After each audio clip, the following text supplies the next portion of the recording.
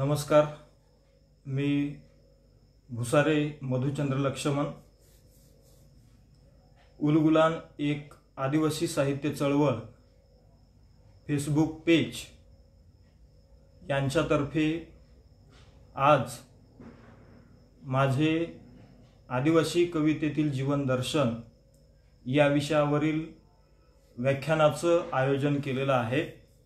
मी प्रथमतः उलगुलान एक आदिवासी साहित्य चळवळ फेसबुक पेजचे संस्थापक आदरणीय डॉक्टर डाखोरे सर यांचे मी मनस्वी आभार मानतो की त्यांनी आमच्यासारख्या नव आदिवासी कवींसाठी एक नवं व्यासपीठ उपलब्ध करून दिलेलं आहे।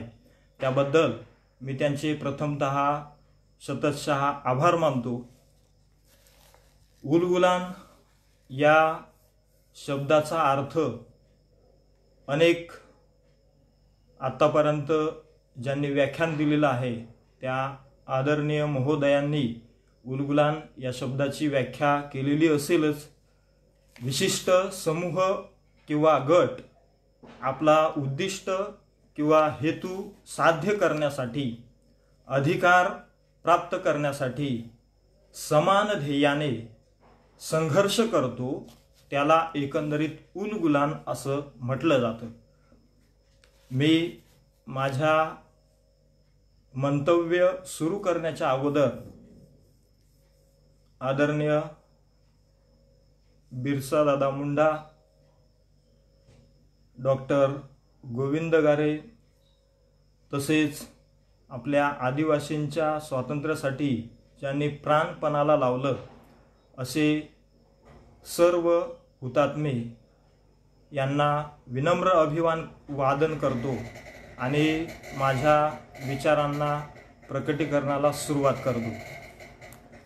आदिवासींची व्याख्या अनेक साहित्यिकांनी, अभ्यासकांनी आजपर्यंत केलेली आहे।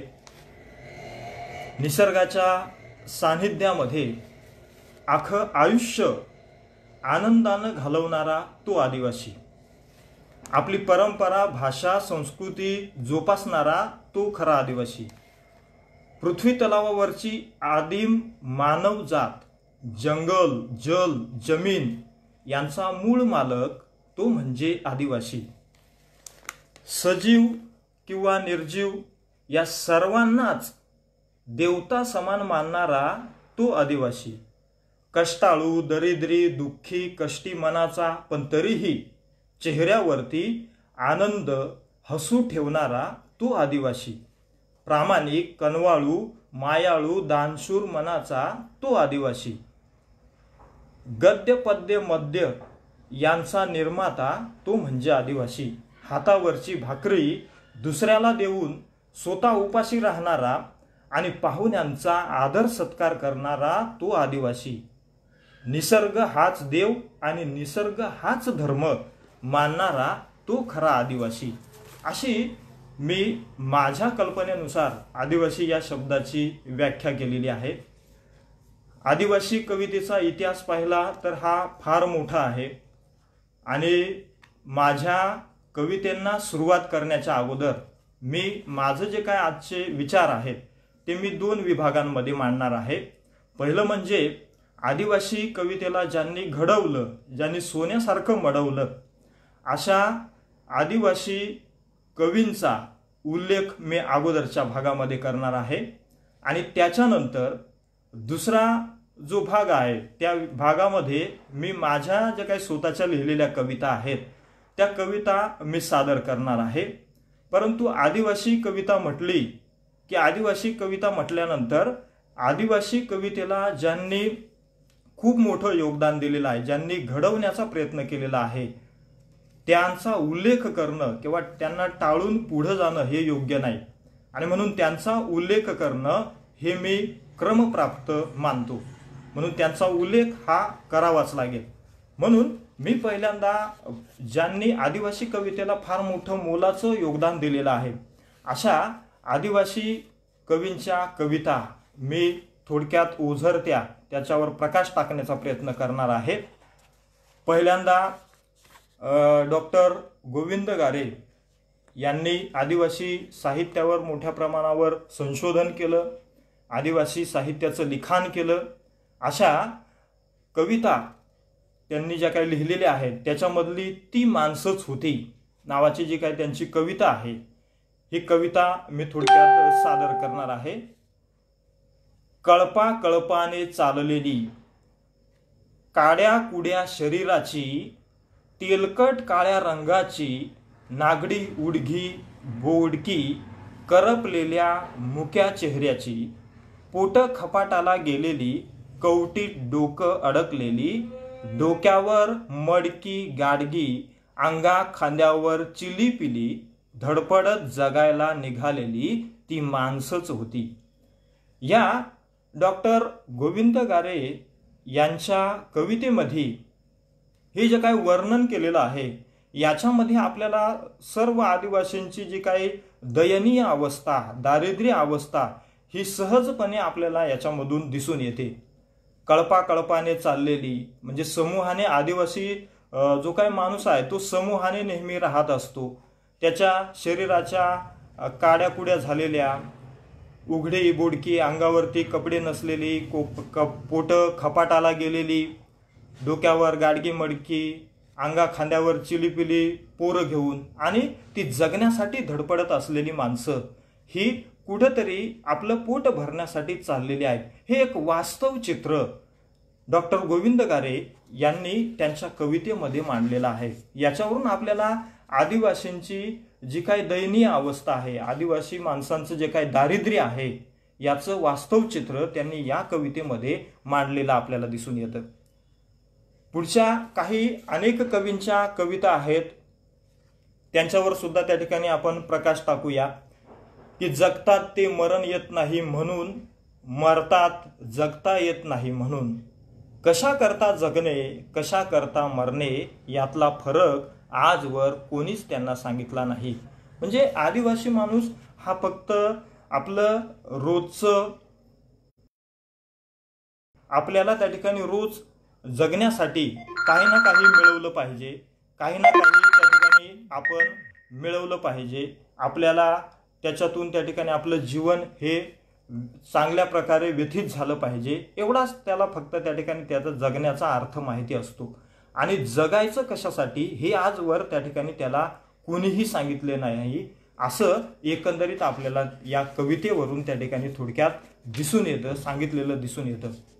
दुसरे, आदिवासी साहित्यामधील कवितेला मोलाचं मार्गदर्शन करणारे, आदिवासी कवितेला खूप मोठं योगदान देणारे, आदिवासी कवितेला घडवणारे असं सर्वात महत्त्वाचे जे आदिवासी कवी आहेत ते म्हणजे वाहरूदादा सोनवणे. वाहरूदादा सोनवणे त्यांच्या एका कवितेमध्ये असं म्हणतात की एक वस्ती तिथं पाल मांडतात, एक वस्ती तिथं पाल मांडतात, पोटासाठी पोट आलं तरी त्यांना पाल मांडावंच लागतं, पाल मांडी वस्ती ती. या कवितेमध्ये अतिशय आदिवासी जीवनाचं खरं जे काय वास्तव आहे हे खरं वास्तव त्यांनी या कवितेमध्ये मांडलेलं आहे.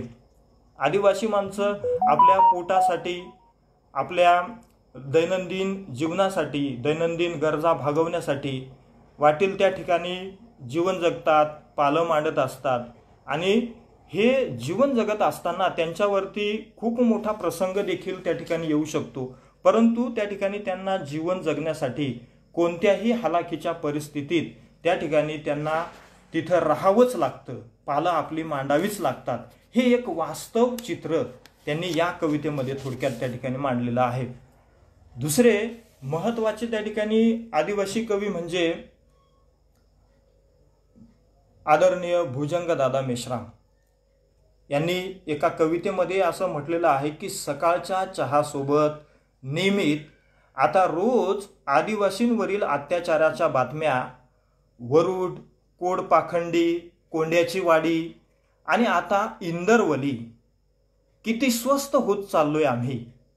जे याच्यातून आदिवासींचं जगणं हे दिवसेंदिवस किती त्या ठिकाणी दिवसेंदिवस बिकट होत चाललेलं आहे असं आपल्याला त्या ठिकाणी एकंदरीत दिसून येतं. म्हणून सकाळच्या चहासोबत नियमित आता रोज आदिवासींवरील अत्याचाराच्या बातम्या ह्या दिसत आहेत. आता रोजच आपण त्या ठिकाणी पाहतो की आदिवासींचं जगणं किती स्वस्त होत चाललंय हे त्यांनी या कवितेमधून त्या ठिकाणी मांडण्याचा प्रयत्न केलेला आहे. आणि आपण रोजच पाहतो की काही ना काही कधी ना कधी अशा वर्तमानपत्रांमध्ये बातम्या येतात, अन्याय अत्याचार त्या ठिकाणी होत असतो. आणि म्हणून आदिवासींचा कुणीही वाली नाही का, असाही एक मोठा त्या ठिकाणी प्रश्न या कवितेमधून त्या ठिकाणी उपस्थित केलेला आपल्याला दिसून येतो. दुसरं आणखीन त्याही महत्त्वाच्या त्या ठिकाणी कविता आपल्याला त्या ठिकाणी याच्यामध्ये पाहता येईल की ज्या महत्त्वाच्या कवयित्री आहेत उषा किरण आत्राम यांच्यासुद्धा अतिशय महत्त्वाच्या विचार करण्यासारख्या त्या ठिकाणी कविता आहेत. वाटेनं जातेस तर समद्या डोयाला आग लागन, वाटेनं जातेस तर समद्या डोयाला आग लागन, राणे तुझ्यावर नजर समद्या सुधारलेल्या बापयाची. म्हणून म्हणते तू रात राणी होऊ न ग, म्हणून म्हणते तू रात राणी होऊ न ग, होशील तर पैसाची लाल तांबडी आग होय, नाहीतर बिब्याची फुलं होय. या कवितेमध्ये कवयित्री अतिशय महत्त्वाचा त्या ठिकाणी उपदेश आपल्या आदिवासी तरुणींना त्या ठिकाणी करते. आपण त्या ठिकाणी आज पाहतो की मोठ्या प्रमाणावर अन्याय अत्याचाराचं प्रमाण हे वाढलेलं आपल्याला त्या ठिकाणी दिसून येतं. म्हणून आदिवासी तरुणींवर वाईट प्रसंग येण्याचा देखील त्या ठिकाणी संभव असतो.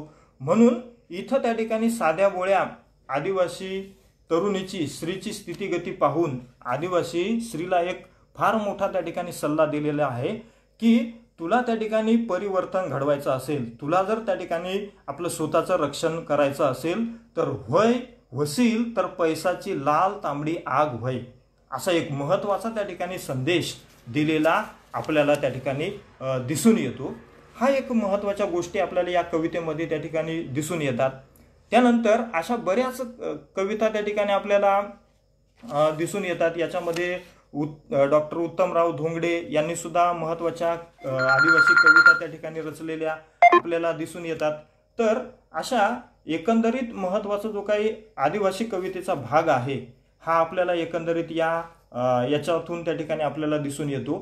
तर आपण जेव्हा आदिवासी कवितेचा त्या ठिकाणी एकंदरीत इतिहास पाहतो तर हा इतिहास आपल्याला पाहत असताना त्याच्यामधली जी काही व्यथा वेदना आदिवासींची आहे ती देखील अतिशय महत्त्वाची असते.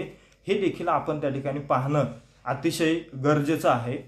त्यानंतर दुसरे त्या ठिकाणी काही महत्त्वाचे कवी आहेत, त्यांनी सुद्धा त्या ठिकाणी कवितांवर अतिशय मोठ्या प्रमाणावर जे काही आदिवासींचं जगणं आहे ते रेखाटण्याचा त्या ठिकाणी प्रयत्न केलेला आहे.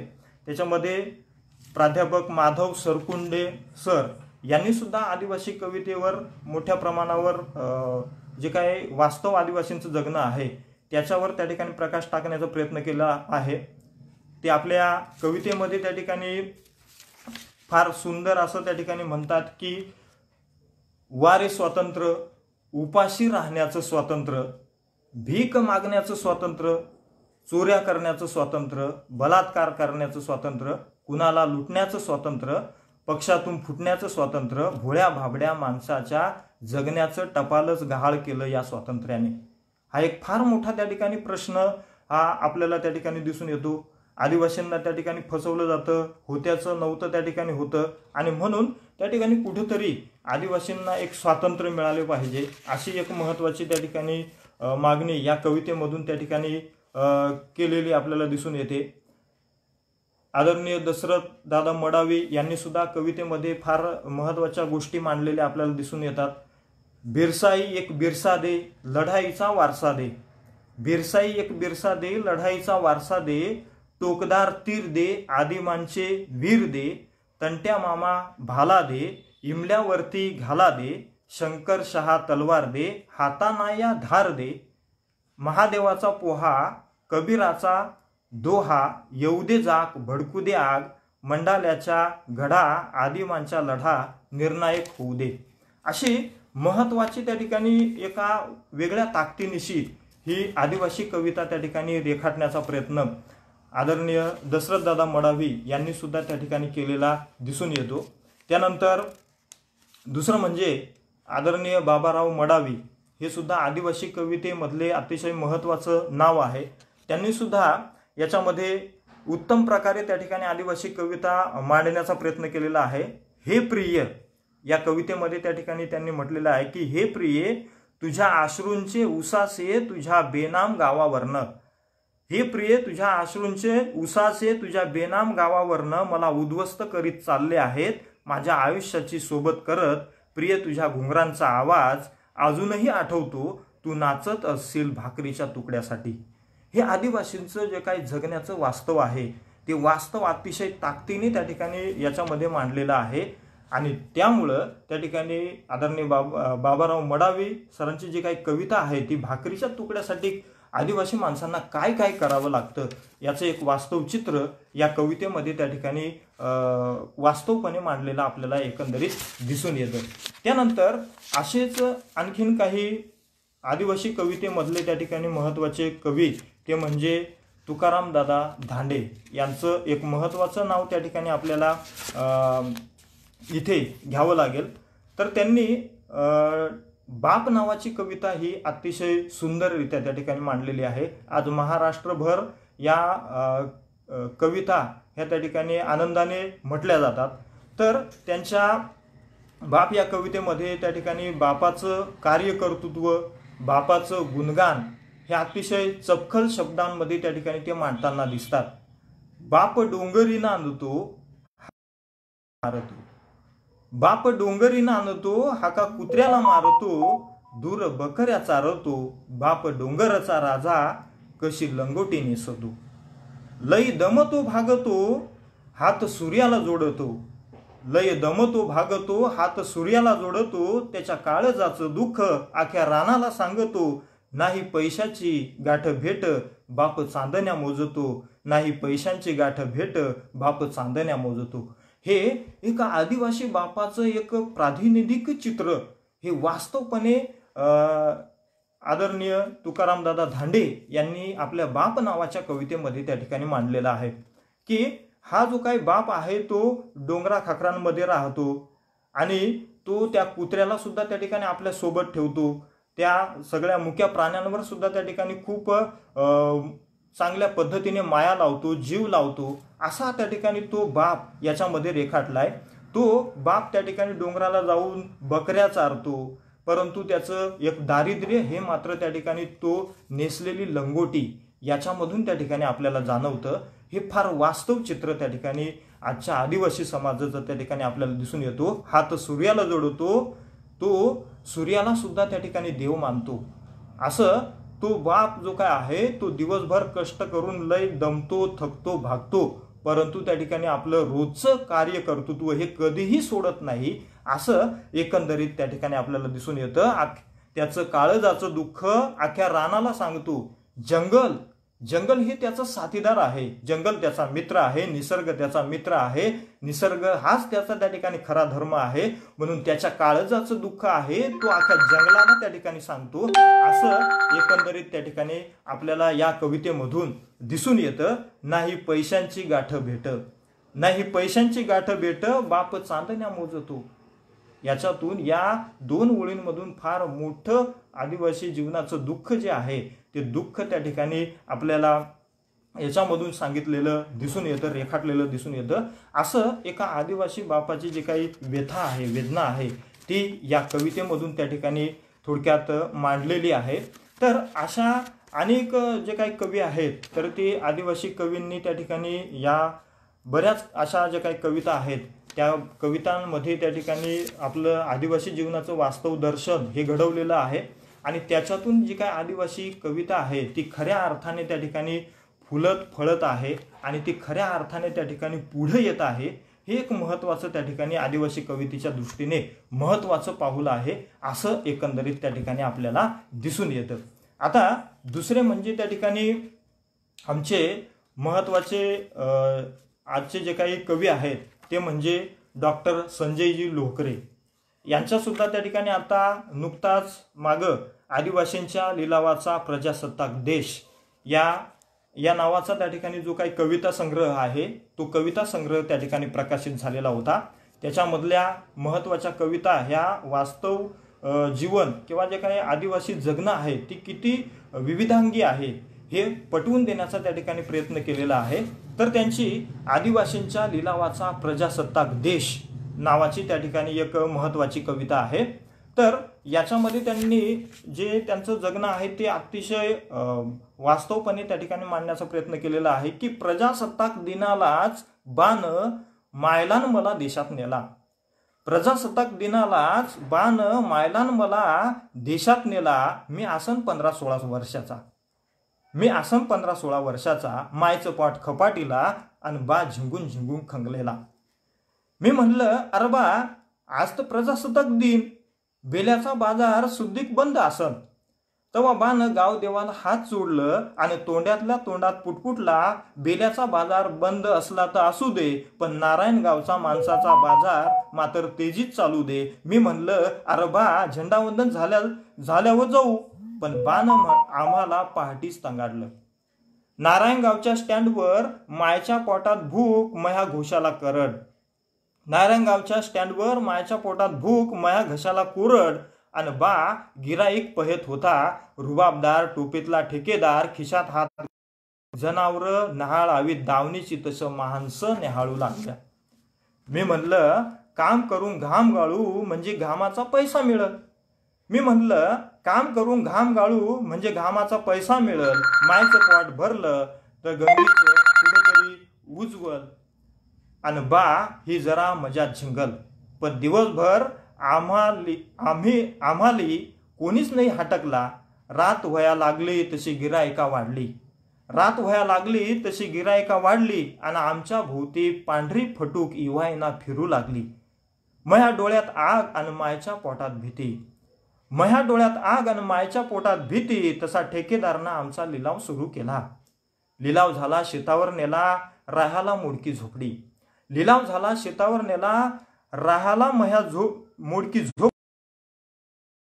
मया पोटात भरली हुडहुडी, बाप होता जिंकलेला म्हणून कसा बसा वाचला, बाप होता जिंकलेला म्हणून कसा बसा वाचला। 2 महिने शेतात माय बाप पक्की राबली, 2 महिने शेतात माय बाप पक्की राबली, आणि जमीनदाराची टमाटा वझानं वाकली। मया हातचं घट्ट पाहून बाप एकदाचा कळवळला, काम झाला हाकलून दिला, हिशोब नाही केला, आणि खाण्यावारी आम्हाला जनावरासारखा राबवला। जीव वाचवीत मायबापानं गावचा रस्ता धरला। आता मला प्रजासत्ताक दिनाचा खरा अर्थ कळला, आता मला प्रजासत्ताक दिनाचा खरा अर्थ कळला। या देशात विकली जातात भुकेली माणसं खाटकाला, या देशात विकली जातात भुकेली माणसं खाटकाला। हे एक भयान वास्तव चित्र डॉक्टर संजयजी लोहकरे यांनी त्यांच्या या कवितेमध्ये त्या ठिकाणी रेखाटलेलं आहे की आदिवासी माणूस खूप कष्ट करतो, पण त्याच्या कष्टाचं जे काही मोल आहे, त्याच्या कष्टाचं चीज आहे हे त्याला त्या ठिकाणी मिळत नाही, त्याचा जो काही मोबदला आहे हा त्या ठिकाणी मिळत नाही। प्रचंड कष्ट करूनही त्या ठिकाणी आमचा आदिवासी भुकेलाच राहतो, शेवटी दरिद्रीच राहतो। हे एक वास्तव चित्र त्या ठिकाणी त्यांनी या कवितेमध्ये त्या ठिकाणी मांडलेलं आपल्याला एकंदरीत दिसून येतं।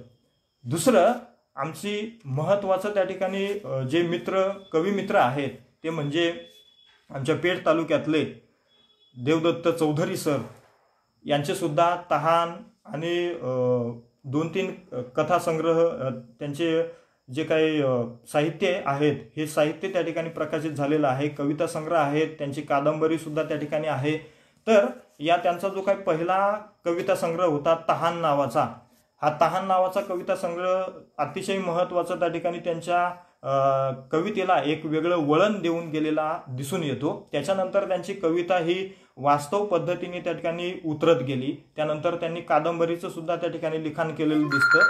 तर त्यांची जी काही माझी आदिवासी माय नावाची एक कविता आहे ती आपणासमोर त्या ठिकाणी मी थोडक्यात सादर करतो। पाऊस भयानक पडत होता, पाऊस भयानक पडत होता, धरतीला धारांनी झोडत होता, तशातच तिला बाळंतीण होऊन 1 दिवस झालेला। नवरा कोपऱ्यात बिडी गमावून बसलेला, झोपडी सारी फाटलेली थेंबाथेंबांना गळत होती, घरातली चूल विझलेली, पोटात भूक जळत होती, लहान बाळाला उराशी धरून आई दूध पाजत होती। आधीची 2 लेकरं मात्र पावसाचे थेंब झेलत होती, दोन्हीही लेकरांच्या नजरा चुलीपर्यंत जायच्या आणि उपाशी श्वास होऊनच परत माघारी यायच्या. आई ती आईच असते, तिला पोरांची भूक कळली. आई ती आईच असते, तिला पोरांची भूक कळली. बाळाला झोळीत झोपून पाटलाच्या शेतात वळली. रक्ताने माखलेला दोंड्या अजूनही ओलाच होता. रक्ताने माखलेला दोंड्या अजूनही ओलाच होता. चिखलात भात लावताना चिखलाशी एकरूप झाला होता. दुपारच्या भाकरी मिळाल्यावर आई धावत घरी आली. दुपारच्या भाकरी मिळाल्यावर आली. क्षणामध्ये लेकरांची भूक माऊलीने त्या तृप्त केली.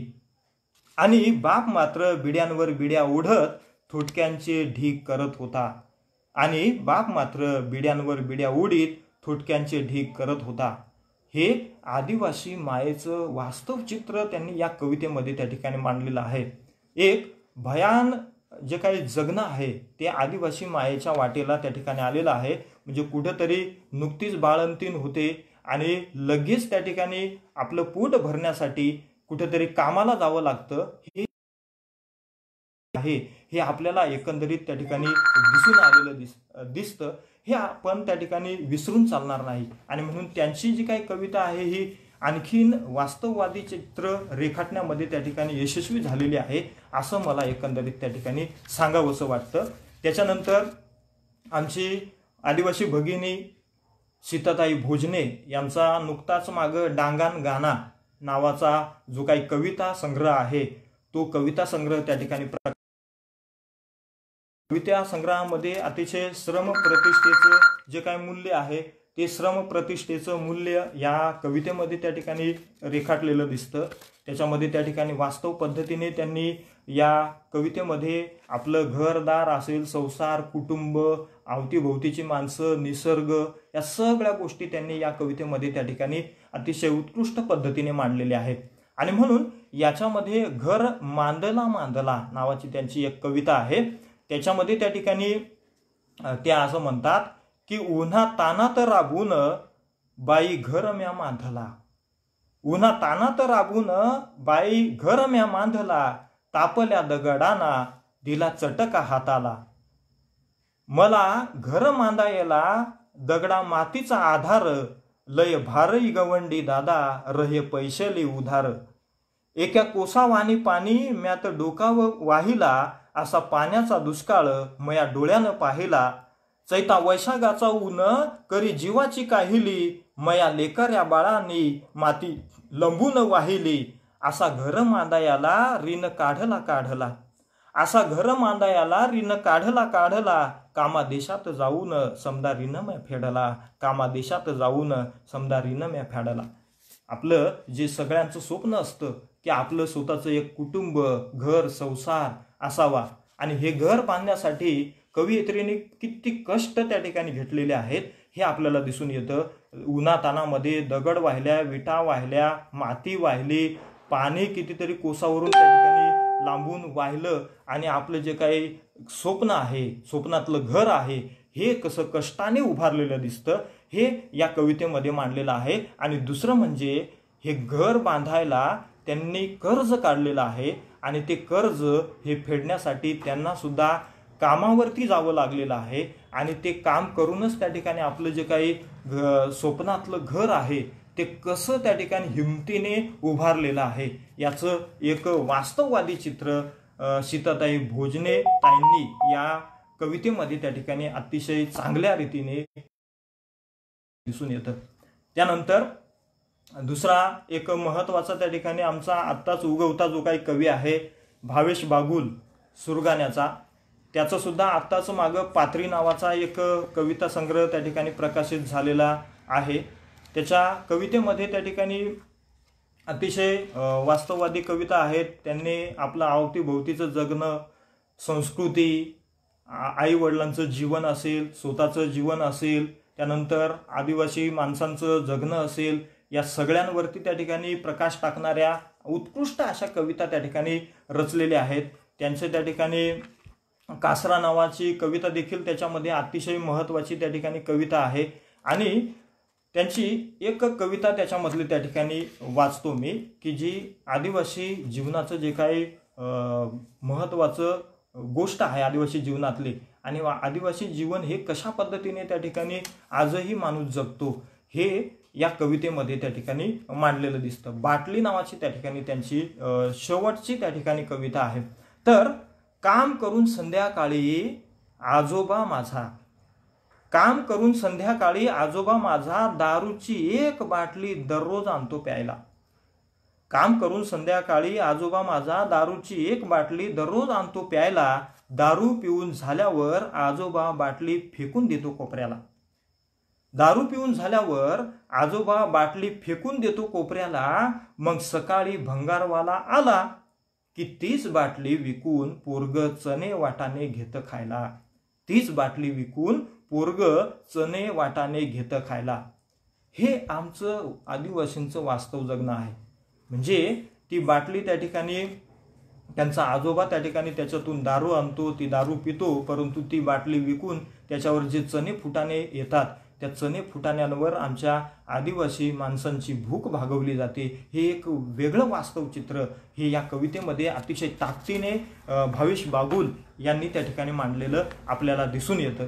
त्याच्यानंतर दुसरा एक खानदेशामधील अतिशय महत्त्वाचे कवी मित्र आमचे सुनीलजी गायकवाड सर यांचा पावरी नावाचा जो काही काव्यसंग्रह आहे तो पावरी नावाचा काव्यसंग्रह त्या ठिकाणी अतिशय महत्त्वाचा आहे, तो प्रकाशित झालेला दिसून येतो। आणि या कवितेमध्ये त्या ठिकाणी या कविता संग्रहामध्ये त्यांनी बऱ्याच काही अशा कविता मांडलेल्या दिसून येतात।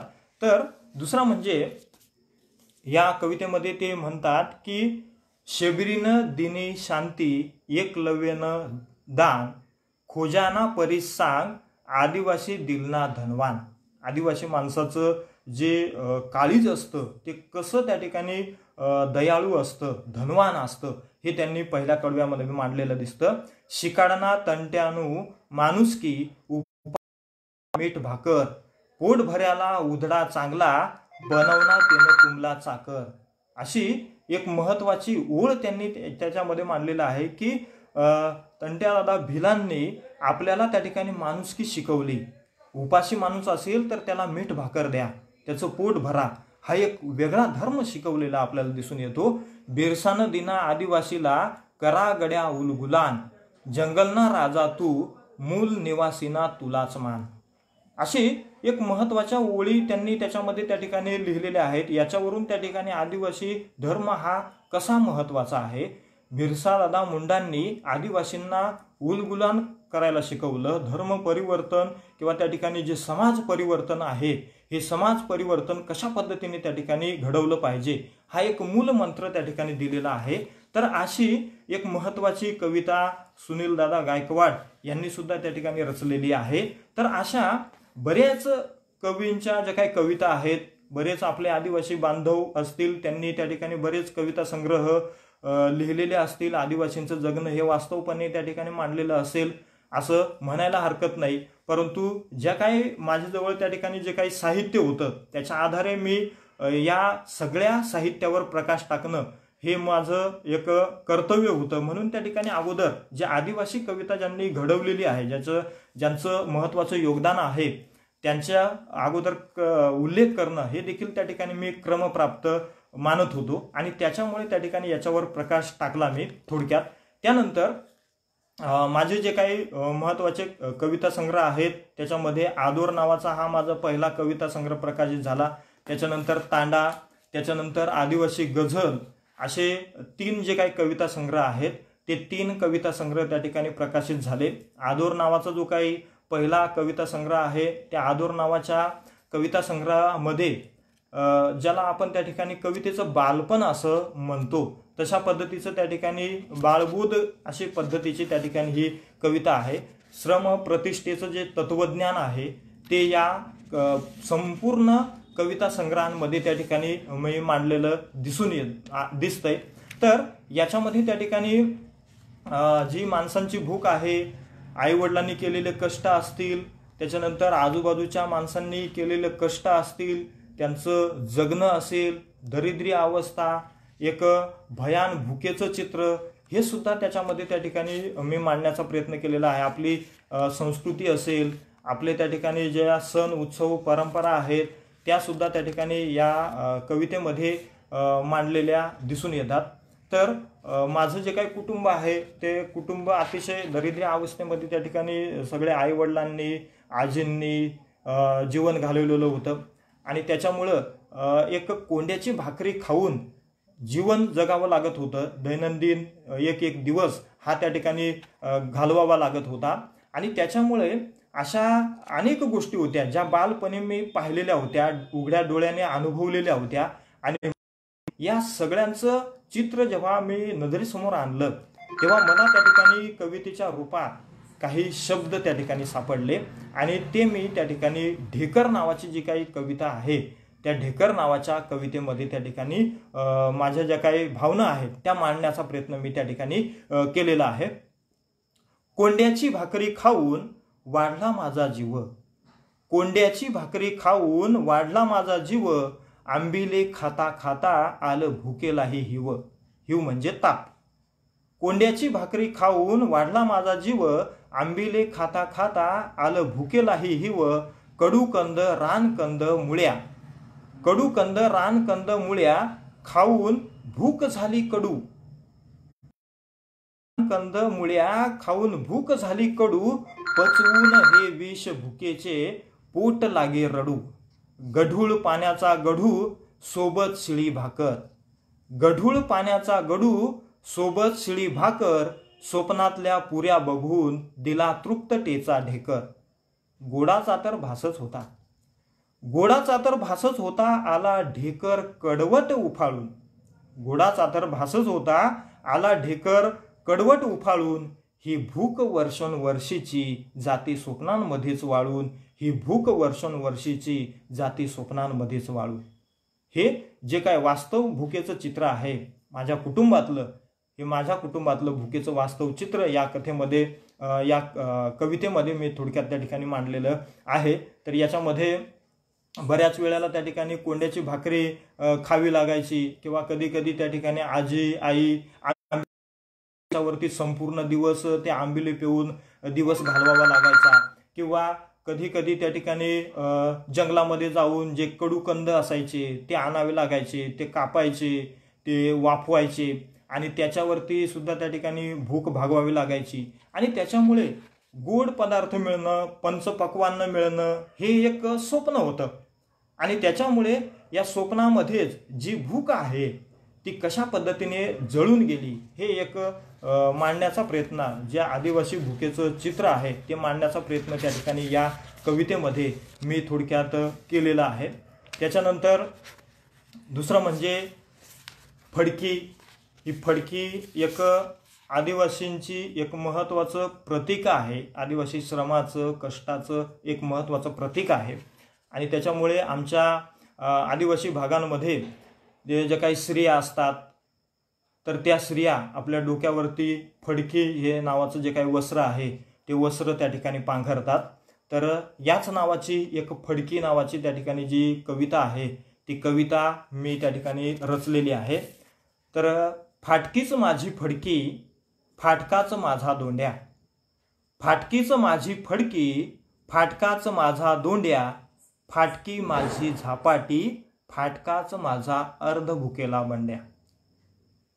कपड्यावरची ठिगळं कमी एवढं आमचं फाटकं जगणं, कपड्यावरची ठिगळं कमी एवढं आमचं फाटकं जगणं, महिनोन महिनी जीवावर येतं घरपट्टीचं भरणं.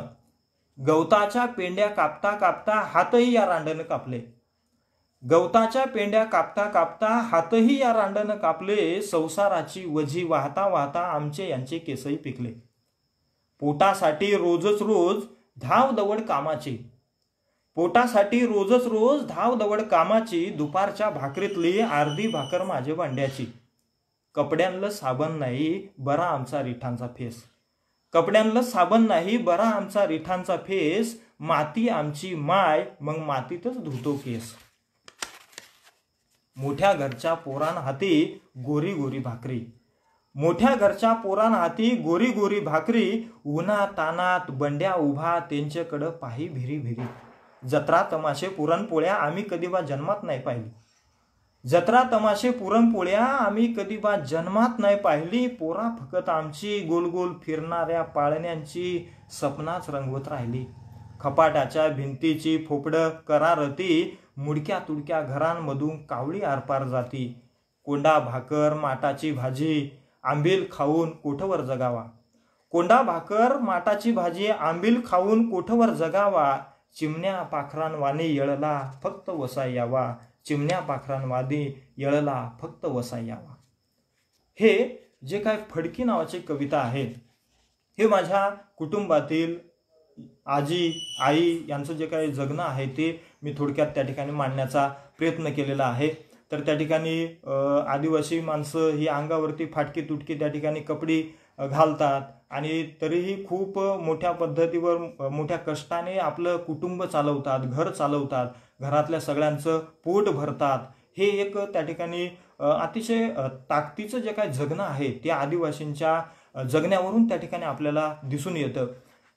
तर जी घरपट्टी असते ती घरपट्टी एकेकाळी पैसे नसायचे, हा एक महत्त्वाचा प्रसंग त्या ठिकाणी आहे. दुसरं म्हणजे त्या ठिकाणी गवत वगैरे कापून मग त्याच्यातून काही पैसे यायचे, त्याच्यावरून त्या ठिकाणी आदिवासींचं जीवन त्या ठिकाणी चालतं.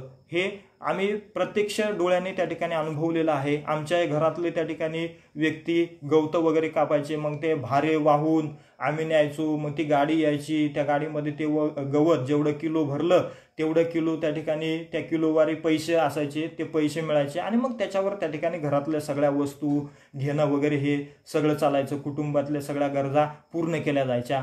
दुसरं म्हणजे रोजच त्या ठिकाणी तुम्हाला काहीही तुमचं दुखलं खुपलं तरी काम करण्याशिवाय पर्याय नसतो आणि त्याच्यामुळे त्या ठिकाणी आपल्या पोटाला जर अन्न पाहिजे, आपल्या पोटाला जर काहीतरी मिळवायचं असेल तर कष्टाशिवाय पर्याय नाही आणि कष्टाला कधीही त्या ठिकाणी आदिवासी माणूस घाबरत नाही. हे एक वास्तव चित्र त्या ठिकाणी आहे. आणि दुसरं म्हणजे पूर्वीच्या काळी प्रचंड दारिद्र्य असायचं आणि त्याच्यामुळे त्या ठिकाणी स्वतः आम्ही अनुभवायचो, आम्ही स्वतः पाहायचो की त्या ठिकाणी लोक साबण घ्यायला पैसे नसायचे. रिठा नावाची जी वनस्पती असायची, तर ती रिठा नावाची वनस्पती ती आणायची आणि ते दगडावरती त्याची फळं ठेचायची, त्याचा फेस निघायचा आणि तो फेसाने जे काही कपडे असायचे ते कपडे त्या ठिकाणी धुतले जायचे. आपले केस धुवायला त्या ठिकाणी त्यावेळेला साबण नसायचं. जी काही माती असायची नदीच्या किनाऱ्याला, जी काही मऊ मऊ अशी एकदम मुलायम अशी माती यायची, त्या मातीने त्या ठिकाणी केस धुतले जायचे. परंतु ते त्याच्याने धुतलेले केस सुद्धा अतिशय मऊ मुलायम त्या ठिकाणी असायचे. हे एक वास्तव चित्र आहे. हे स्वतः त्या ठिकाणी आम्ही डोळ्याने अनुभवलेलं आहे आणि त्याच्यामुळे या पद्धतीने जीवन जगणारा माणूस हा स्वतः त्या ठिकाणी आम्ही पाहिलेला दिसतो. त्यानंतर दुसरं म्हणजे जत्रा असो, तमाशे, पुरणपोळ्या किंवा सण असतील तर गोडाधोडाचं जेवण हे कधीही त्या ठिकाणी त्याच्या वाट्याला यायचं नाही. आदिवासी माणसाच्या वाट्याला त्या ठिकाणी भीषण दारिद्र्य असल्यामुळं त्या ठिकाणी गोडाधोडाचं जेवण, पुरणपोळ्यांचं जेवण हे अजिबात त्या ठिकाणी येत नाही आणि त्याच्यामुळे ते एक स्वप्नच असतं. त्यांच्यापुढं त्या ठिकाणी ते एक स्वप्न म्हणून स्वप्नच त्या ठिकाणी राहतं.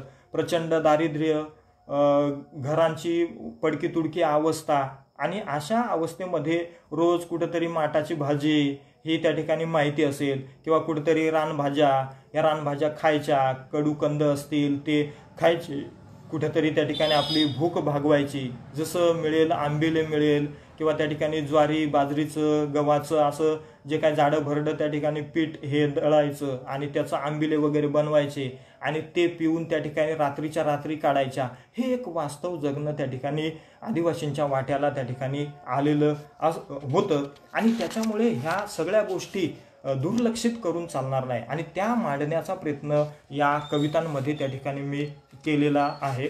त्याच्यानंतर दुसरा एक, शाळा शिकत असताना अनेक प्रसंग हे अनुभवाला आले आणि त्याच्यावरून त्या ठिकाणी आपण शिकतो कशासाठी असा एक प्रश्न मनाला नेहमी सतावत त्या ठिकाणी राहिला आणि म्हणून एक प्रश्न नावाची एक माझी कविता आहे. तर शाळा सोडून गुरं चारली असती तर फार बरं झालं असतं. शाळा सोडून गुरं चारली असती तर फार बरं झालं असतं. हे बेकारीचं जीवन जगलो नसतो. बेकार म्हणून लोकांचे टोमणे ऐकावे लागले नसते. गुरुजी, तुम्ही शिकवलात आम्हाला प्रतिज्ञा म्हणायला.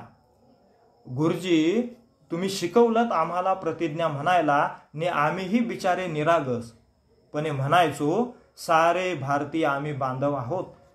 पण हे बांधवच एकमेकांना बेकार म्हणून टोचतात तेव्हा मन दुःखी होतं. का शिकलो आपण, का शिकलो आपण असा प्रश्न सतत सतावतोय मला. का शिकलो आपण हा प्रश्न सतत सतावतोय मला. आणि हे जेव्हा त्या ठिकाणी आपण शिकतो, आपण त्या ठिकाणी डिग्री घेतो आणि त्याच्यामुळे त्या ठिकाणी समाजाचा आपल्याकडं पाहण्याचा दृष्टिकोन त्या ठिकाणी बदलतो आणि त्याच्यामुळे जे काही नोकरी लागेपर्यंत जेव्हा आपल्याला त्या ठिकाणी तो जो काही काळ आहे डिग्री घेणे ते नोकरी लागणे याच्यामधला जो काही काळ असतो तो भयानक त्या ठिकाणी असतो. आणि म्हणून जे अनुभवाला आलेला आहे या काळामध्ये ते या कवितेमध्ये त्या ठिकाणी थोडक्यात मांडण्याचा प्रयत्न त्या ठिकाणी केलेला आहे. दुसरं, वनवास नावाची त्या ठिकाणी जी कविता आहे त्याच्यामध्ये त्या ठिकाणी माझ्या आईवडिलांचं जे काही जगणं आहे ते मांडण्याचा प्रयत्न मी केला आहे. याच्यामध्ये माझे वडील जवळपास 10 ते 12 वर्ष खूप आजारी होते आणि त्यांना जगवण्याचं प्रमुख श्रेय माझ्या आईकडं त्या ठिकाणी जातं. आणि आई आणि आजी या संपूर्ण कुटुंबाची धुरा सांभाळण्यासाठी रात्रंदिवस काबाड कष्ट करायच्या. सकाळी जायच्या, रात्री त्या ठिकाणी चाचपडत कुठेतरी घरी यायच्या आणि त्याच्यातून जे काही मजुरी म्हणून मिळालेलं धान्य असायचं हे कुठेतरी रात्री भरडायचं आणि मग त्याच्यातून त्या ठिकाणी भाकरी वगैरे बनवायच्या. रात्री उशिरापर्यंत त्या ठिकाणी जेवणं व्हायची. असा जो काही एक वनवासाचा काळ आहे तो या कवितेमध्ये मी वनवास नावाच्या कवितेमध्ये मांडण्याचा प्रयत्न त्या ठिकाणी केलेला आहे. तर 12 वर्षा आजारी बाप माझा, 12 वर्षा आजारी बाप माझा रात्रंदिवस गुरावानी आरडायचा. गावात लग्नाच्या गोंधळ गर्दीमुळं डोकं बडवून कुपाटीतले उकिरड्यावर आरबड्या गरबड्या लोळायचा. डोक्यात मरणकळा व्हायच्या तहा आरडायचा रडायचा ऊर बडवायचा. मायचे डोळ्यातलं झोप नाही असा बापाचा रोजच त्रास आणि आईचा वनवास चालायचा. 12 वर्षा रात्रंदिवस मायनं डोळ्याला डोळा लावला नाही. 12 वर्षा रात्रंदिवस मायनं डोळ्याला डोळा लावला नाही. पोरा बाळांना सांभाळलं, मजुरी केली, सुखाचा घास कधी खाल्ला नाही. भगत देवदेवता अंगार धुपार खेट्या फिट्या सगळा उपाय करून पाहिला. भगत देवदेवता अंगार धुपार खेट्या पिट्या सगळा उपाय करून पाहिला. आईनं बापाला देवाच्या भरवशावर टाकला. शेती बीती सगळी बटाईनं दिली. घरात जे असल नसल तेवढं बापाच्या आजारापायी इकलं. नाती गोती भावबंदकी 12 वर्षा कोणीच विचारलं नाही. मरण तुझा नवरा सोडून देतेल पण मायनं कुणाचा सल्ला ऐकला नाही. धाव दवड आंबील पाणी किडूक मिडूक जमून शेवटी मायनं संसार सांभाळला. धाव दवड आंबील पाणी किडूक मिडूक जमून शेवटी मायनं संसार सांभाळला. अर्धी बापासाठी असा कार्यक्रम 12 वर्ष चालवला. 12 वर्षा मोठ्या खटपटीने बाप कसा तरी सुधारला. 12 वर्षा मोठ्या खटपटीने बाप कसा तरी सुधारला. खंबीर कनश्री माझी माय तिनं बापाला जगवला. खंबीर कनश्री माझी माय तिनं बापाला जगवला. तर अशी जी काही वनवास नावाची कविता आहे या कवितेमध्ये 12 वर्षापर्यंत त्या ठिकाणी जे कुटुंबावरती अरिष्ट संकट कोसळलं त्याच्यातून फार मोठ्या मुश्किलीने त्या ठिकाणी आईंनी त्या वडिलांना त्या ठिकाणी वाचवलं आणि त्याच्यामुळे त्या ठिकाणी आपण पाहतो कनश्री म्हणजे त्या ठिकाणी ज्याला आपण नाचणी म्हणतो, नागली म्हणतो, कनश्रीला त्या ठिकाणी आपण देवता मानतो. तर असे त्या ठिकाणी कनश्रीची पेज पेऊन कनश्रीला त्या ठिकाणी देवता मानून तिचं प्राशन करून त्या ठिकाणी आईने कसं तरी त्या ठिकाणी वडिलांना वाचवलेलं त्या ठिकाणी दिसून येतं. आणि म्हणून वनवास नावाची ही जी काही कविता आहे या कवितेमध्ये त्या ठिकाणी सगळं कुटुंबाचं वास्तव चित्र हे मांडण्याचा प्रयत्न मी याच्यामध्ये त्या ठिकाणी केलेला आहे. म्हणून जी कुटुंबातली आई असते ही आई खरं तर त्या ठिकाणी कुटुंबाला सांभाळते, कुटुंबाला घडवण्याचा त्या ठिकाणी प्रयत्न करते. म्हणून त्या ठिकाणी त्या आईसाठी एक कनश्री देवता म्हणून त्या ठिकाणी उपमा द्यायला काहीही हरकत नाही। आणि त्याच्यानंतर दुसरीही त्या ठिकाणी एक कविता मी मांडण्याचा प्रयत्न करतो, भूक नावाची त्या ठिकाणी कविता। तर ही भूक नावाची त्या ठिकाणी कविता आदिवासी स्त्रिया असतील, पुरुष असतील किंवा सगळेच घटक असतील, त्यांचं जे काही भूक नावाची कवितेतून हे वास्तव जगणं, वास्तव चित्र मांडण्याचा त्या ठिकाणी प्रयत्न केलेला आहे। ती सकाळी सकाळी उठून घरात एखादं माणूस मेल्यावानी जोरजोरात रडायची। ती सकाळी सकाळी उठून घरात एखादं माणूस मेल्यावानी जोरजोरात रडायची। शेजारची तुळशी तिला विचारायची याचं कारण, शेजारची तुळशी तिला विचारायचं याचं कारण, तेव्हा ती सांगायची कळभर पोरांना खायला घालायला घरात अन्नाचा दाना नाही। तेव्हा ती सांगायची कळभर पोरांना खायला घालायला अन्नाचा घरात दाना नाही। डोकं पडून म्हणायची असा रोजच की, डोकं पडून म्हणायची असा रोजच की आता मी काय करू। तेव्हा तुळशी घरात जाऊन पोरांना बाटलीतलं 2-2 थेंब पाजायची। तेव्हा तुळशी घरात जाऊन पोरांना बाटलीतलं 2-2 थेंब पाजायची मव्हाच्या पिवर दारूचे। भुकेचा इसर पडावा म्हणून पोरं माजून झोपायची।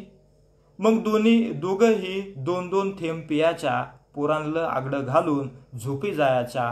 पोटात न मावणारी भूक तात्पुरती शमून, पोटात न मावणारी भूक तात्पुरती शमून। हे आमच्या आदिवासीचं वास्तव जगणं आहे। यांना खायला सुद्धा घरामध्ये अन्नधान्य नाही, त्यांना भुकेचा विसर पडावा म्हणून दारूचा आधार घ्यावा लागतो। हे इतकं वास्तव जगणं आमच्या आदिवासींच्या कुटुंबाला जगावं लागतं, भोगावं लागतं। इतकं दुर्दैवी आयुष्य आमच्या आदिवासी बांधवांच्या वाट्याला आलेलं आहे आणि म्हणून त्याची एक आठवण म्हणून मी ही कविता त्या ठिकाणी आपणासमोर सादर केलेली आहे।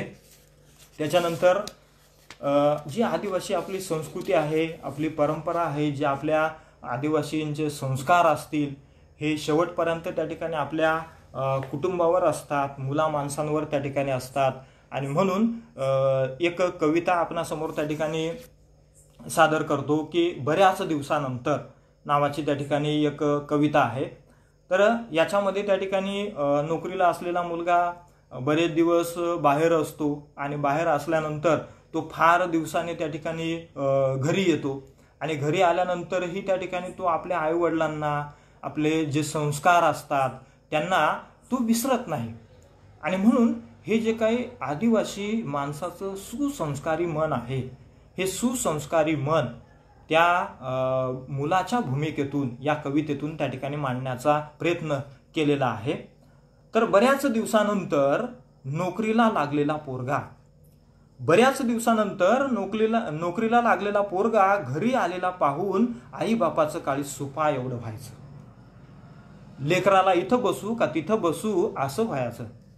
बाप आपल्याच अंगावरल्या रुमालानं खुर्ची पुसून द्यायचा पोराला बसण्यासाठी। बाप आपल्याच अंगावरल्या रुमालानं खुर्ची पुसून द्यायचा बसायला पोरासाठी। माय मुडकं तुडकं घर स्वच्छ करायची पोरग येईल म्हणून, माय मुडकं तुडकं घर स्वच्छ करायची पोरग येईल म्हणून बाप पोराचं बूट हातात घेऊन प्रेमानं बघत उचलून ठेवायचा वळसणीला। बाप पोराचं बूट हातात घेऊन प्रेमानं बघत उचलून ठेवायचा वळसणीला। माय वाढून द्यायची ताटात कुळदाचं बेसन, माय वाढून द्यायची ताटात कुळदाचं बेसन। नागलीची भाकर पोरगा पोटभर जेवला, बेसन नागलीच्या भाकरीला इसरलाय नाही म्हणून। पोरगा पोटभर जेवला, नागलीची भाकर ताटात कुळदाचं बेसन, बेसन नागलीचे भाकरीला इसरला नाही म्हणून मायबापाच्या डोळ्यात पाणी तराळायचं। करकरीत नोट काढून मी मायबापाच्या हातात ठेवायचा, करकरीत नोट काढून मी मायबापाच्या हातात ठेवायचा। तहा मायबाप म्हणायची तुझ्या नोटा नको, तहा मायबाप म्हणायची तुझ्या नोटा नको, फकत आधी मधी चक्कर मारत जाय गावाकडं इसर पडू नये म्हणून। तेव्हा ती म्हणायची आधी मधी चक्कर मारत जाय गावाकडं इसर पडू नये म्हणून। हे आदिवासींचं जे काही सुसंस्कारी जे काही जीवन आहे हे कधीही त्या ठिकाणी विसरत नाही. त्यांच्या जीवनावरती त्यांचे जीवनच असं वेगळ्या वातावरणामध्ये घडलेलं असतं की त्यांच्यावरती जे सुसंस्कार होतात, संस्कार असतात, संस्कृती असते, त्या संस्कृतीला त्या ठिकाणी हा माणूस कधीही विसरत नाही. आपल्या जे काही परंपरेने चालत आलेलं त्या ठिकाणी अन्न धान्य असेल, याला तो कधीही विसरत नाही.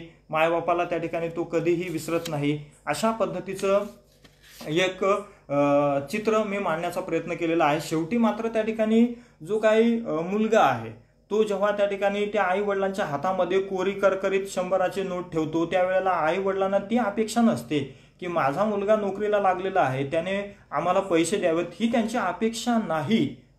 तर त्यांची अपेक्षा ही आहे की आधीमध्ये तू इसर पडू नये म्हणून तू गावाकडे चक्कर मारत जा. म्हणजे एक माती आणि आपली माणसं, आपला जो काही तो भाग आहे, त्या माती माय माणसं या सगळ्यांना त्या ठिकाणी आपण कितीही मोठं झालं तरी विसरू नये, हा एक महत्त्वाचा सल्ला या आईबापांच्या महत्त्वाच्या वागण्यावरून, त्यांच्या बोलण्यावरून त्या ठिकाणी केलेला दिसून येतो. तर अशी ही एक कविता त्या ठिकाणी मी मांडलेली त्या ठिकाणी आहे.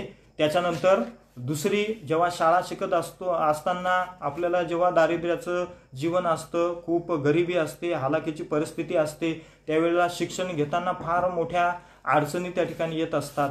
आणि म्हणून याचं देखील त्या ठिकाणी चित्र मी मांडण्याचा प्रयत्न त्या ठिकाणी केलेला आहे. वही नावाची एक कविता आहे. तर या कवितेमध्ये मला आलेला जो काय अनुभव आहे, मी स्वतः अनुभवलेला, तो मांडण्याचा त्या ठिकाणी प्रयत्न केलेला आहे. स्वाध्याय लिहून आणलाय म्हणून सरांनी मला गुरावाने मारला. स्वाध्याय लिहून नाही आणला म्हणून सरांनी मला गुरावाने मारला. तहापासून मी आईनं बांधून दिलेल्या भाकरी निम्म्या रस्त्यात खाऊन शाळेला दांडी मारायचा. तहापासून मी आईनं बांधून दिलेल्या भाकरी निम्म्या रस्त्यात खाऊन शाळेला दांडी मारायचा. असं 2 महिन्यापर्यंत चालूच राहिलं. मला एक दिवस माझ्या वर्ग शिक्षकानं विचारलं, तू शाळेत का येत नाहीस? तर मी खाली मान घालून सरांना म्हणालो, सर माझ्या आई वडिलांची वह्या घेऊन द्यायची ऐपत नाही. मी मान खाली घालून सरांना म्हणालो, सर माझ्या आई वडिलांची वह्या घेऊन द्यायची ऐपत नाही. म्हणून मी वर्गाच्या पाठीमागं पडेल कोरी कागदा इचून त्यांची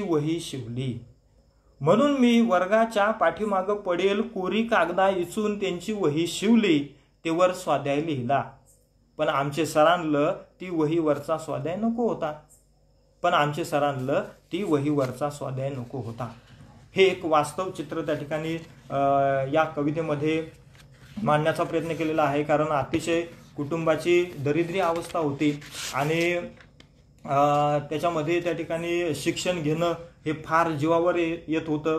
2-3 घरामधली भावंड, त्याच्यानंतर घरातलं कुटुंब, या सगळ्यांचं कुटुंब चालवणं आणि शिक्षण प्रक्रिया देखील त्या ठिकाणी मुलांची सांभाळणं हे परवडणारं नव्हतं. आणि त्याच्यामुळे त्या ठिकाणी स्वाध्याय कशावर लिहायचा हा एक मोठा प्रश्न होता. आणि त्याच्यामुळं त्या ठिकाणी स्वाध्याय लिहिण्यासाठी वही नसायची. आणि त्याच्यामुळं जे काही उकिरड्यावर किंवा वर्गाच्या पाठीमागं मुलांनी त्या ठिकाणी ज्या काही कोरी पानं टाकलेली असायची ती आणायची, ती जोडायची आणि त्याची एक वही त्या ठिकाणी बनवायची आणि त्याच्यावर स्वाध्याय लिहून न्यायचा. परंतु त्या ठिकाणी चांगलीच वही पाहिजे, चांगल्या पद्धतीने त्या ठिकाणी चांगल्या वहीवरती, कोऱ्या वहीवरती स्वाध्याय लिहिला पाहिजे असं एक बंधन असायचं. आणि शेवटी नाईलाज असायचा की वास्तव परिस्थिती आहे, परिस्थिती पुढे त्या ठिकाणी माणूस काहीही करू शकत नाही. आणि मग अशा अवस्थेमध्ये शिक्षणासाठी जी काही धडपड आहे ती धडपड कशा पद्धतीने केलेली आहे हे एक मांडण्याचा प्रयत्न मी या कवितेमधून त्या ठिकाणी केलेला आहे. त्याच्यानंतर माझा जो काही दुसरा कविता संग्रह आहे तो म्हणजे तांडा नावाचा कविता संग्रह. हा दुसरा कविता संग्रह माझा त्या ठिकाणी प्रकाशित झाला. आणि या कविता संग्रहामध्ये जे काही आदिवासींवरती जे काही अन्याय अत्याचार होतात तर ते पाहिल्यानंतर एक वेगळी जाणीव निर्माण झाली. काहीतरी त्या ठिकाणी परिवर्तन झालं पाहिजे, आदिवासी जीवनामध्ये त्या ठिकाणी काहीतरी बदल व्हायला पाहिजे हे नेहमी मनाला त्या ठिकाणी वाटत गेलं आणि त्याच्यामुळे त्या दृष्टीने काही कविता मांडायचा प्रयत्न त्या ठिकाणी मी या कविता संग्रहामध्ये त्या ठिकाणी केलेला दिसतोय। तर याच्यामध्ये उरलाय फक्त नावाची जी काही एक कविता आहे, तर त्या उरलाय फक्त या कविता संग्रहामधून समस्त आदिवासी बांधवांचं जे काही वास्तव जगणं आहे ते मांडण्याचा प्रयत्न मी या ठिकाणी केलेला आहे। आमच्या पूर्वजांची उरलाय फक्त नावाच्या कवितेच्या संदर्भात उरलाय फक्त या कवितेचं शीर्षक आहे कवितेचं। आणि त्याच्यानंतर आमच्या पूर्वजांची हाडं काडं कवट्या वस्त्रे भांडी कुंडी सगळं काही ठेवलं म्युझियममध्ये। आमच्या पूर्वजांची हाडं काडं कवट्या वस्त्रे भांडी कुंडी सगळं काही ठेवलं म्युझियममध्ये लोकांना दाखवण्यासाठी। पण जिवंतपणे जगणाऱ्या आदिवासींचं काय? आता आम्हाला वाटतं अभ्यासापुरताच आणि म्युझियम पुरताच उरलाय की काय आदिवासी? आता आम्हाला वाटतं अभ्यासापुरताच आणि म्युझियम पुरताच उरलाय की काय आदिवासी?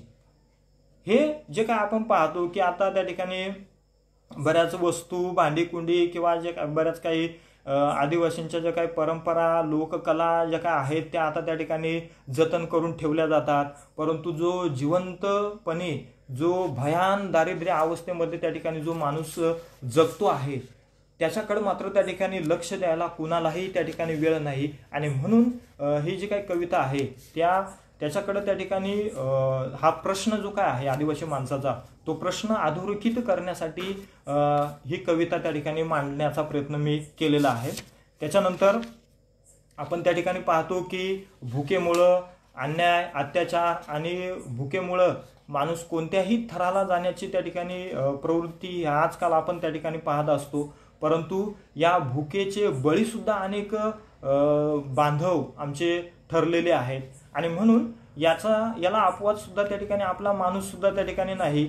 आणि म्हणून या भुकेपायी माणसाला काय करावं लागतं, त्याच्यावर कोणते प्रसंग ओढू शकतात, सगळं जीवन हे कसं उद्ध्वस्त होऊ शकतं आदिवासी माणसाचं, हे चित्र त्या ठिकाणी भूक नावाच्या कवितेमध्ये मांडलेलं आहे।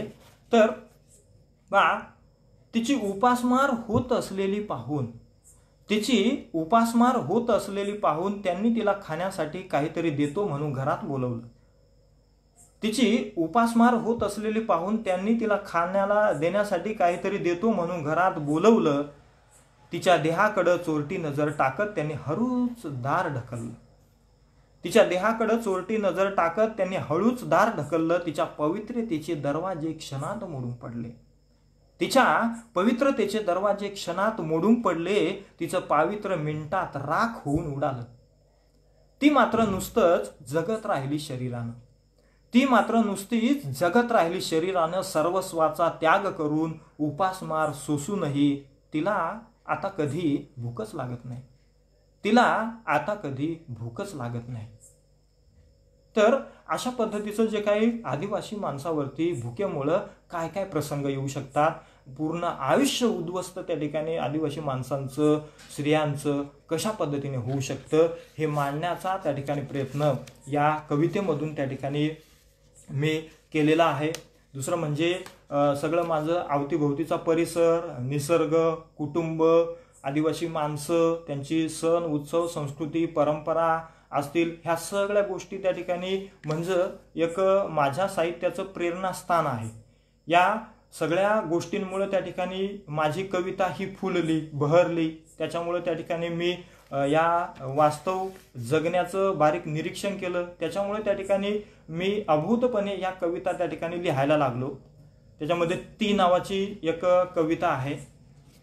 तर मला भर पावसात घोंगड्या खाली टाकून, तर पावसाळ्यामध्ये त्या ठिकाणी आपल्याला सगळ्यांना माहिती असेल की पावसाळ्यामध्ये त्या ठिकाणी शेताचं काम करण्यासाठी पावसापासून रक्षण व्हावं म्हणून पान घोंगडं त्याला आपण त्या ठिकाणी म्हणतो। तर त्या पांघरून ही माणसं शेतामध्ये त्या ठिकाणी काम करत असतात।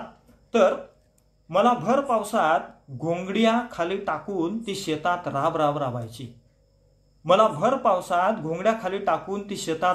राबायची। थोडा तरी माझा आवाज झाला तरी ती स्वप्नातल्या सारखी दचकायची। थोडा जरी आवाज झाला तरी ती स्वप्नातल्या सारखी दचकायची आणि पावसात झिजायची. कधी अर्धी भाकर, कधी कधी आतल्या आत ती अश्रूंनी भिजायची. कधी अर्धी भाकर, कधी कधी आतल्या आत ती अश्रूंनी भिजायची. हे एक आदिवासी मातेचं आपल्या मुलावर असलेला त्या ठिकाणी जिव्हाळा, प्रेम किंवा जीव हे त्या ठिकाणी किती मोठं असतं. एका आईला आपलं लेकरू त्या ठिकाणी वाढावं म्हणून त्याच्यावरती फार मायाची पाखर घालत असते. आणि म्हणून त्या ठिकाणी माझी आई मला त्या ठिकाणी बालपणी घरामध्ये कुणीही सांभाळायला नसल्यामुळं आजी वारली आणि त्याच्यामुळं आई काय करायची की बालपणी हे ऐकीव माहितीनुसार त्या ठिकाणी मी सांगतो आणि त्याच्यामुळं ते कवितेमध्ये रेखाटण्याचा मी प्रयत्न केलेला आहे. तर याच्यामध्ये जी काही आई असायची ती घरामध्ये कुणी सांभाळायला नसल्यामुळं ती स्वतः शेतामध्ये घेऊन जायची आणि स्वतः मात्र पावसात भिजत राहायची, पूर्ण ओली व्हायची, परंतु घोंगड्याखाली मात्र मी भिजू नये, मी ओला होऊ नये म्हणून त्या ठिकाणी ती माझं रक्षण त्या घोंगड्याच्या माध्यमातून त्या ठिकाणी करायची. हे एक आदिवासी आईचं जे काही प्रेम आहे हे या कवितेमधून त्या ठिकाणी मांडण्याचा प्रयत्न मी केलेला आहे. तर त्यानंतर दुसरी जी कविता आहे, आज आपण त्या ठिकाणी पाहतो की एक आदिवासी म्हटलं की एक पाहण्याचा दृष्टिकोन वेगळ्या पद्धतीचा बदलतो आणि म्हणून असा अनुभव मलाही त्या ठिकाणी अनेक ठिकाणी आलेला दिसतो आणि हा अनेकांच्या वाट्याला आला देखील त्या ठिकाणी असेल. तर हे सगळं नावाचं जे कवितेचं टायटल आहे, या कवितेमध्ये मी स्वतः हा अनुभव घेतला आणि आपण त्या ठिकाणी एक विशिष्ट एका याच्या म्हणून त्या ठिकाणी आपल्याकडं पाहण्याचा जो काही दृष्टिकोन आहे, आपल्याकडं तुच्छतेने बघण्याचा दृष्टिकोन आहे, तो कसा बदलतो किंवा लोक आपल्याकडं कोणत्या दृष्टीने पाहतात म्हणून हे मांडण्याचा प्रयत्न मी त्या ठिकाणी या कवितेमध्ये केलेला आहे. पहिल्यांदाच नोकरीवर रुजू झाल्यावर गावात खोली शोधायला गेलो तेव्हा एका ठिकाणी माझ्या कडक इस्त्रीतला कपड्याकडे पाहून मला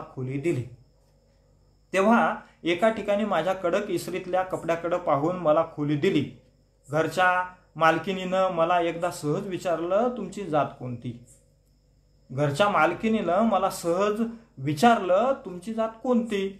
तेव्हा मी अमुक जातीचा असं सांगताच तिनं गार गोट्यांसारखी डोळे विस्पारले. तेव्हापासून त्या घरातून निघेपर्यंत ती भाजी भाकरी पाणी माझ्या खोलीच्या उंबरठ्यावरच ठेवून निघून जायची. असं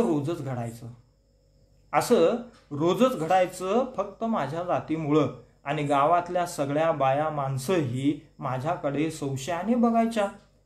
कारण अमुक जातीचा मास्तर आमच्या पोरपोरींना शिकवतो म्हणून हे सारं गावच माझ्याकडे वेगळ्या दृष्टीने बघायचं. हे सगळं माझ्या जातीमुळं घडायचं.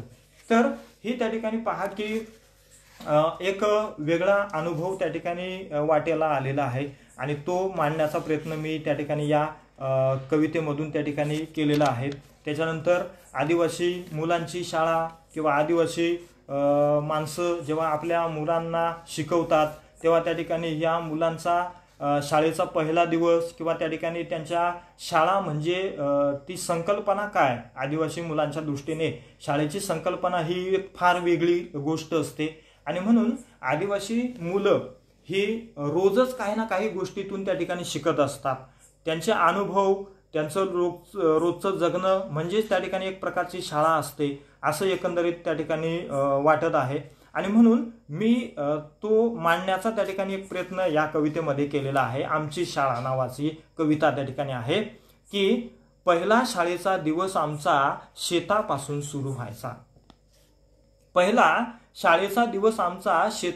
सुरू व्हायचा आणि मावळायचा राखेत माखलेल्या वीटभट्टीपासून आम्ही धडे गिरवायचो पण ते मजुरीचे शाळेचे नव्हेत. आम्ही ओझं वाहायचो पण ते आत्ताच्या पोरांसारखं दप्तरांचं नव्हतं तर विटांचं, सरपणांचं, भाताच्या भाऱ्यांचं आणि वाळूने भरलेल्या घमेल्यांचं. आम्ही रेषा ओढायचो पण पाठीवर नव्हतं तर शेतावर आवतानं आम्ही पाठांतर करायचो नाही. आम्ही पाठांतर करायचो नाही तर उद्याचा दिवस कसा जाईल याचाच विचार करायचो.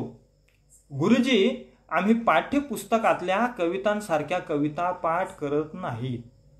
गुरुजी, आम्ही पुस्तकातल्या कवितांसारख्या कविता पाठ करत नाही, कारण आम्ही कविता रोजच जगतो आणि भोगतो. कारण आम्ही कविता रोजच जगतो आणि भोगतो. गुरुजी, आमच्या शाळेत आम्ही प्रश्नपत्रिका सोडवत नाही. गुरुजी, आमच्या शाळेत आम्ही प्रश्नपत्रिका सोडवत नाही, तर आम्ही आजच्या दिवसाची बेडी आणि कोडी सोडवतो. गुरुजी, आम्ही पुस्तकातली प्रश्न उत्तरे सोडवत नाही. गुरुजी, आम्ही पुस्तकातली प्रश्न उत्तरे सोडवत नाही, तर रोजच्या जगण्याचे प्रश्न अनंत असतात आमच्या पुढे. तर रोजच्या जगण्याचे प्रश्न अनंत असतात आमच्या पुढे, जे सोडवता सोडवता 3 तास नाही 3 तपही अपुरं पडतात. ती सोडवता सोडवता 3 तास नाही तर 3 तपही अपुरी पडतात. गुरुजी, आम्ही चित्रकलेचा पेपर देत नाही. गुरुजी, आम्ही चित्रकलेचा पेपर देत नाही. शेतामाळांवर बिन चपलनं फिरून फिरून पावलांच्या ठशांची चित्र रोजच मातीवर काढतो. शेतामाळांवर बिन चपलनं फिरून फिरून पावलांच्या ठशांची चित्र रोजच मातीवर काढतो. आमचे हात फक्त फोडांनी रंगतात, मेहंदीनं नव्ह. आमचे हात फक्त फोडांनी रंगतात, मेहंदीनं नव्ह. गुरुजी, आम्हाला शिक्षकच नसतात शिकवायला, परिस्थितीच आम्हाला जगायला शिकवते. गुरुजी, आम्हाला शिक्षकच नसतात शिकवायला, परिस्थितीच आम्हाला जगवायला शिकवते. गुरुजी, आमच्या शाळेला सुट्टी कधीच नसते. गुरुजी, आमच्या शाळेला सुट्टी कधीच नसते. जर घेतली तर गुरुजी आम्ही उपाशी मरतो. जर सुट्टी घेतली तर गुरुजी आम्ही उपाशीच मरतो. 3-4 दिवस आमच्या डब्याला पुरणपोळी भाजी पोळी नसतेच गुरुजी. आमच्या डब्याला पुरणपोळी भाजी पोळी नसतेच गुरुजी. नुसतीच असते कांदा भाकर आणि चटणी. नुसतीच असते कांदा भाकर आणि चटणी. कधी कधी आमची शाळा भरते शेतावर गुरांसोबत. कधी कधी आमची शाळा भरते शेतांवर गुरांसोबत, तर कधी पायात रुतणाऱ्या काट्यासोबत. तर कधी पायात रुतणाऱ्या काट्यांसोबत. तर हे जे काय आदिवासी मुलांचे, शाळेत जाणाऱ्या मुलांचे जे काय प्रश्न आहेत, हे त्या ठिकाणी वास्तवपणे मांडण्याचा प्रयत्न या कवितेमधून त्या ठिकाणी मी केलेला आहे. कारण जे काही भोगलं, जे आजूबाजूला पाहिलं, सगळ्याच आदिवासी बांधवांची मुलं त्या ठिकाणी शाळा शिकत असताना कशा पद्धतीने रोजच्या दैनंदिन जीवनामध्ये त्या ठिकाणी ते काही ना काही शिकत असतात. शाळेमध्ये शिक्षण तर घेतो, पण एका बाजूला परिस्थिती फार मोठं जगणं शिकवत असते. आणि म्हणून हे सुद्धा मांडण्याचा प्रयत्न या कवितेमधून त्या ठिकाणी मी केलेला आहे. त्याच्यानंतर दुसरं म्हणजे आज आपण त्या ठिकाणी पाहतो की भ्रष्टाचार ही समाजाला लागलेली त्या ठिकाणी कीड आहे, आणि त्याच्यामुळे तो एक फार मोठा उभ्या राष्ट्रापुढे त्या ठिकाणी असलेला एक मोठा प्रश्न त्या ठिकाणी आहे. म्हणून एक मोठा प्रश्न नावाच्या कवितेमध्ये मी या सगळ्या गोष्टी मांडण्याचा प्रयत्न त्या ठिकाणी केलेला आहे. तर औषध मुळ्या कडू कांदा खाऊन आम्ही, औषध मुळ्या कडू कांदा खाऊन आम्ही प्लेगच्या साथी पचवल्या.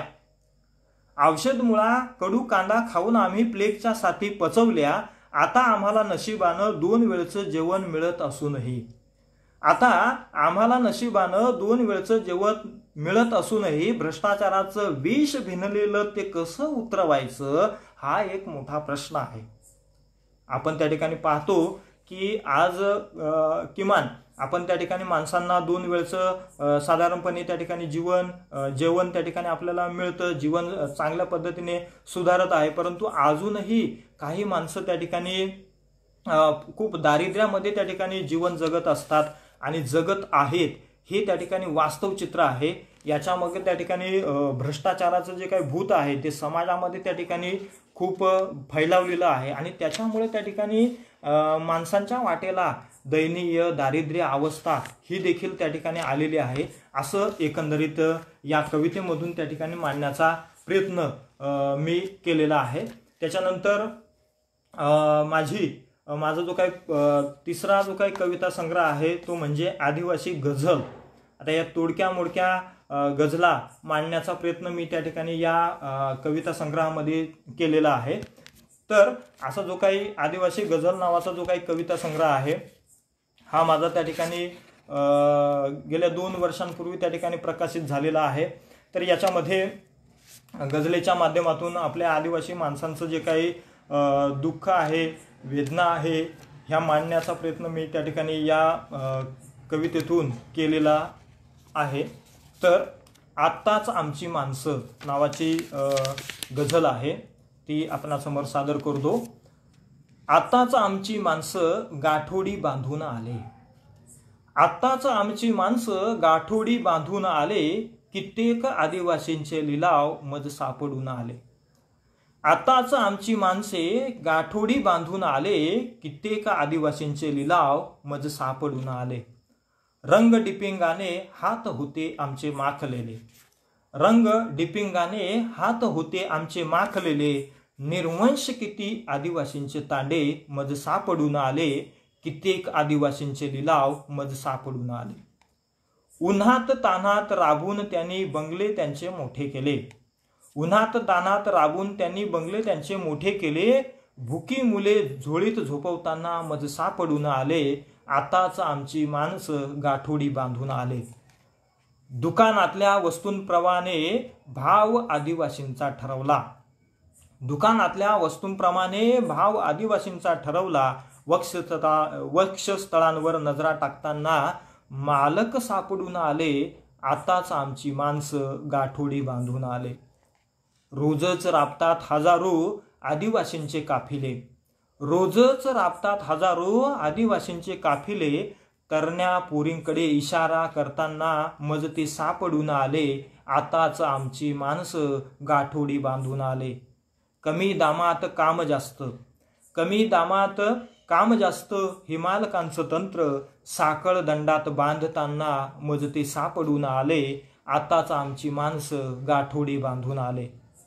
हजारो आदिवासी तांड्यांना रोजच असं लुटलं जातं, हजारो आदिवासी तांड्यांना रोजच असं लुटलं जातं, कोवळ्या कळीस कुस्करताना मज ते सापडून आले, आताच आमची माणसं गाठोडी बांधून आले, कित्येक आदिवासींचे लिलाव मज सापडून आले, कित्येक आदिवासींचे लिलाव मज सापडून आले। या कवितेमध्ये आपण त्या ठिकाणी पाहतो की आदिवासी माणसं त्यांना पैसा अडका लागला तर त्या ठिकाणी ते कर्ज घेतात, कुठून तरी बाहेरच्या मालकांकडून त्या ठिकाणी पैसे काढून आणतात आणि तिथं ते पैसे फेडण्यासाठी राबतात, प्रचंड उन्हातानामध्ये कष्ट करतात, परंतु त्यांच्या वाटेला कधी काळी त्या ठिकाणी फसवणूकही येते।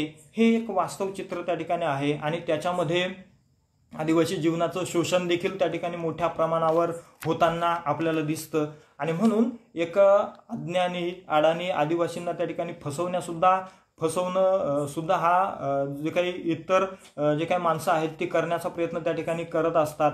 हे एक वास्तव चित्र त्या ठिकाणी मांडण्याचा प्रयत्न या कवितेमध्ये केलेला आहे। त्याच्यानंतर आणखीन बऱ्याच काही गझला आहेत, तर त्याच्यामधून त्या ठिकाणी आपल्या आदिवासी माणसांचं जे काही जीवन आहे त्याच्यावर होणारे अन्याय अत्याचार असतील ते मांडण्याचा प्रयत्न त्या ठिकाणी केलेला आहे। त्याच्यानंतर कशास सांगू नावाची एक गझल मी आपणासमोर त्या ठिकाणी मांडतो।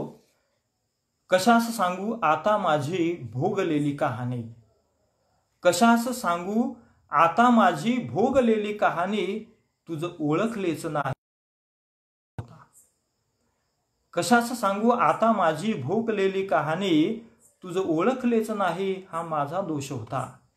रक्तरंजित कहाण्या मी ऐकवीत राहिलो, रक्तरंजित कहाण्या मी ऐकवीत राहिलो, माझ्या भावनांचा भाव कवडीमोल होता, तुझं ओळखलेच नाही हा माझा दोष होता। दुःख माझे ऐकून ते हळहळत राहिले, दुःख माझे ऐकून ते हळहळत राहिले, हा त्यांच्या भामट्या मनाचा खोटा हुंकार होता, तुझं ओळखलेच नाही हा माझा दोष होता। ते देत राहिले प्रतिसाद माझ्या सादाला, ते देत राहिले प्रतिसाद माझ्या सादाला, उजेडातही मी माझ्या डोळ्यात अंधार पाहिला होता, तुझं ओळखलेच नाही हा माझा दोष होता. मी कणलो विव्हळलो हात पाठीवर फिरवले, मी कणलो विव्हळलो हात पाठीवर फिरवले, तो मागे उभा राहून खुशाल हसत होता, तुझं ओळखलेच नाही हा माझा दोष होता. यांच्या खांद्यावरती मी मुसमुसून कितीदा रडलो, यांच्या खांद्यावरती मी मुसमुसून कितीदा रडलो, मज जाणवले नंतर तो खांदाच विषारी होता, तुझं ओळखलेच नाही हा माझा दोष होता. सहानुभूती दाखवली त्यांनी वरवर आमच्यासाठी, सहानुभूती दाखवली त्यांनी वरवर आमच्यासाठी, नव्हती त्यात माणुसकी तो विंचवाचा डंख होता, तुझं ओळखलेच नाही हा माझा दोष होता. आजकाल मी कहाणी सांगणे केले आहे बंद, आजकाल मी कहाणी सांगणे केले आहे बंद, उशिरा सुचलेला हा माझा शहाणपणा होता, तुझं ओळखलेच नाही हा माझा दोष होता. कशास सांगू आता माझी भोगलेली कहाणी, तुझं ओळखलेच नाही हा माझा दोष होता, तुझं ओळखलेच नाही हा माझा दोष होता. तर याच्यामधून अनेक प्रसंग आले, अनेक त्या ठिकाणी चांगली वाईट बरी वाईट माणसं त्या ठिकाणी भेटत गेली, अनेकांनी त्या ठिकाणी दगा दिला, अनेक वेळा त्या ठिकाणी उशिरा शहाणपण सुचलं. या वेळेला त्या ठिकाणी जे अनुभव आले ते मांडण्याचा प्रयत्न त्या ठिकाणी या गझलेमधून त्या ठिकाणी केलेला आहे. तर त्यानंतर दुसरी जी काही गझल आहे ती त्या ठिकाणी आपणासमोर मांडण्याचा प्रयत्न करतो मी. बनके एक दिन नावाची त्या ठिकाणी कविता आहे. खरं तर मी मराठीचा प्राध्यापक आहे, परंतु त्या ठिकाणी हिंदी मध्ये ही गझल मांडण्याचा मी एक तुटका फुटका प्रयत्न त्या ठिकाणी आपणासमोर करीत आहे. बहती है हवा आज तेरे ही नाम की, बहती है हवा आज तेरे ही नाम की, सुना है मैंने गिरे हुए पत्ते रोते फूट फूट के. बहती है हवा आज तेरे ही नाम की, सुना है मैंने गिरे हुए पत्ते रोते हैं फूट फूट के. बाग की कलियां भी तुझसे डरने लगी, बाग की कलियां भी तुझसे डरने लगी, खुशबू तू लुटाता है कभी कभी कलियां तोड़ के, सुना है मैंने गिरे हुए पत्ते रोते फूट फूट के. कई बार तुमने हाथ धोए गंदी नाली में, कई बार तुमने हाथ धोए गंदी नाली में, कीड़े भी घबरा गए हाथ लहू लुहान देख के, सुना है मैंने गिरे हुए पत्ते रोते फूट फूट के. दर्द कभी महसूस नहीं किया, दर्द कभी महसूस नहीं किया तूने किसी का, हमारी पहाड़ों की ताकत को देखे देखो आजमा के, सुना है मैंने गिरे हुए पत्ते रोते फूट फूट के. दिन ढले बहुत कर गई रातें काली, दिन ढले बहुत कर गई रातें काली, भूखी गलियों की सुनो कहानी रात को टहल के, सुना है मैंने गिरे हुए पत्ते रोते फूट फूट के. तेरा रंग तो आज हो गया नीला पीला, तेरा रंग तो आज हो गया नीला पीला, बनके एक दिन आदिवासी देख फटे कपड़े पहन के, सुना है मैंने गिरे हुए पत्ते रोते फूट फूट के, सुना है मैंने गिरे हुए पत्ते रोते फूट फूट के. असा एक आदिवासी माणसांचं त्या ठिकाणी वास्तव जगणं हे पाहत असताना अनेक बरे वाईट प्रसंग अनुभव देखील त्या ठिकाणी आले आणि हे मांडण्याचा या हिंदी गझलमधून मी त्या ठिकाणी तोडका मोडका त्या ठिकाणी आपणासमोर प्रयत्न केलेला आहे. त्याच्यानंतर जे काही एक आपण पाहतो की प्रत्येक जणाला त्या ठिकाणी जन्म हा कोणत्या घरामध्ये मिळतो, कोणत्या जातीमध्ये मिळतो हे त्या ठिकाणी सांगता येत नाही आणि म्हणून त्या ठिकाणी असाही एक वेगळा प्रयत्न या गझलमधून मी पुढच्या आपणासमोर त्या ठिकाणी करतो आहे. मगर जात भी मिली नावाची त्या ठिकाणी गझल आहे, ती सुद्धा हिंदी मध्ये रेखाटलेली आहे. जन्म सबको मिला मगर जात भी मिली, जन्म सबको मिला मगर जात भी मिली, जात नहीं की सारी जिंदगी गिली। मिली आज़ादी हमको मगर सपने अधूरे रहे, मिली आज़ादी हमको मगर सपने अधूरे रहे, हुआ देश आज़ाद हमको मुश्किलें मिली, जात ने ही सारी की जिंदगी गिली। हमने भी लड़ी थी जंग आज़ादी की दौर पे, हमने भी लड़ी थी जंग आज़ादी की दौर पे, इतिहास हमारा प्यासा रहा मानवता भी नहीं मिली, जन्म सबको मिला मगर जात भी मिली। दिल की आवाज किसी ने नहीं सुनाई, दिल की आवाज किसी ने नहीं सुनाई, हमारी सोच की डोर उन्होंने काट डाली, जन्म सबको मिला मगर जात भी मिली, जात ने ही की सारी जिंदगी गिली। जात पात पर हर बार हमको रुलाते हैं, जात पात पर हर बार हमको रुलाते हैं, मैं भी अब कस के दी उन्हें गाली, जात ने भी की सारी जिंदगी गिली।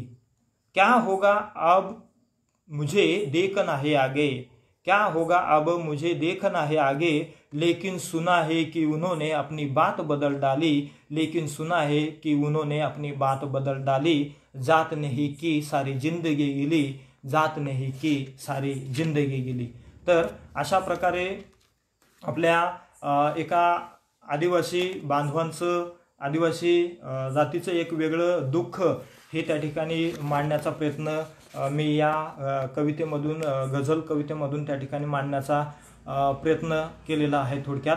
त्याच्यानंतर मी आता बराच वेळ झालेला आहे, मी माझी जी काही शेवटची जी काही कविता आहे, कुठं चाललाय समाज माझा, ही आपणासमोर त्या ठिकाणी सादर करतो आणि आपली रजा घेतो।